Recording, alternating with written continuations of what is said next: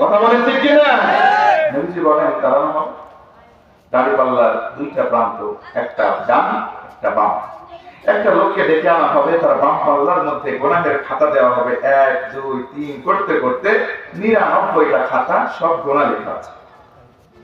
এই খাতা কত মোটা? নবীজি বলেন মাত্তাল বাসার, চোখ দিয়ে যত দূর দেখা যায় এত মোটা মোটা এক একটা খাতা। বলে তো আল্লাহু আকবার। ডান পাল্লায় কোনো নেকি নাই, কোনো খাতা নাই, কোনো কিচ্ছু নাই। লোকটা চিন্তা করবে, আরে জাহান্নামে যাওয়া ছাড়া কোনো উপায় নাই। আল্লাহ সেদিন বলবেন, ও আমার গোলামেরা শোনো, আজকের দিনটা এমন দিন, আমি হলাম আহকামুল হাকিমিন, বিন্দু পরিমাণ জুলুম কোন বান্দা বান্দির প্রতি করা হবে না। চিৎকার করে বলেন সুবহানাল্লাহ। ফেরেশতাকে বলা হবে, খুশ, এই ফেরেশতা এটা পাঠাও না, কাগজটা নাও, ও ডান পাল্লায় চলে যাও। ছোট্ট একটা কাগজ দিয়ে ফেরেশতা ডান পাল্লায় তুলে দেবে। সঙ্গে সঙ্গে নবীজি আমার বলেন, সঙ্গে সঙ্গে নেকের পাল্লাটা ভারী হয়ে যায়। সুবহানাল্লাহ। ফেরেশতারা এসে বলবে, ওয়েলকাম আল্লাহর গোলাম, আল্লাহর রহমত, তুমি এখন জান্নাতে যাও। সুবহানাল্লাহ। তাহাজ্জাবাল ফুলান, নবীজি বলেন ওই অমুক লোকটা আশ্চর্যিত হয়ে যাবে, বলবে মা হাদিহিল বিতাকা, হোয়াট ইজ দিস, কাগজটা কি? আহা দেখি তো।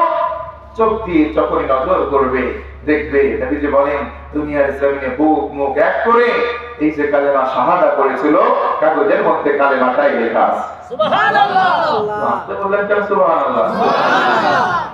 প্রশ্ন করতে পারেন, হুজুর আসতে বলবো না মানে আমার আল্লাহ মনে মনে বললেও শোনে, আসতে বললেও শোনে, জোরে বললেও শোনে, ঠিক কিনা?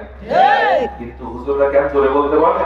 নবীজি বলেন পৃথিবীতে 4টা কওল আছে, এক হলো তাসবিহ সুবহানাল্লাহ, 2 তাহমিদ মানে আলহামদুলিল্লাহ, 3 তাকবীর মানে আল্লাহু আকবার, 4 কালেমা লা ইলাহা ইল্লাল্লাহ। যার জবান দিয়ে বের হবে, যত দূর আওয়াজ যাবে, এই যে গাছ, পানির নিচের মাছ, জীব জড়, এভরিথিং ওই ব্যক্তির পক্ষে কিয়ামতের দিন সাক্ষী দেবে। সুবহানাল্লাহ। যার পক্ষে সাক্ষীর সংখ্যা বেশি হবে, আমার নবীজি বলেন তার হিসাব নিকাশ আনতে জান্নাতে যাওয়াটাও সহজ হয়ে যাবে। সুবহানাল্লাহ। লোকটা আশ্চর্যিত, কি লেখা আছে? দেখে কালেমা। এজন্য আমার নবীজি বলেন মান ক্বালা লা ইলাহা ইল্লাল্লাহ দাখালাল জান্নাহ, যে ব্যক্তি জবান দিয়ে অন্তর দিয়ে একবার কালেমা পড়বে উইদাউট এনি কন্ডিশন, কোন শর্ত বাদে, আল্লাহ তাআলা তার জান্নাতে বানায় দেয়। সুবহানাল্লাহ। আমার মুসলমান ভাইরা মনোযোগ দেন, হযরতে আবু বকর দিন এনে দিন খান, তিনি একদিন বাড়ি থেকে কাজের সন্ধানে বের হলেন।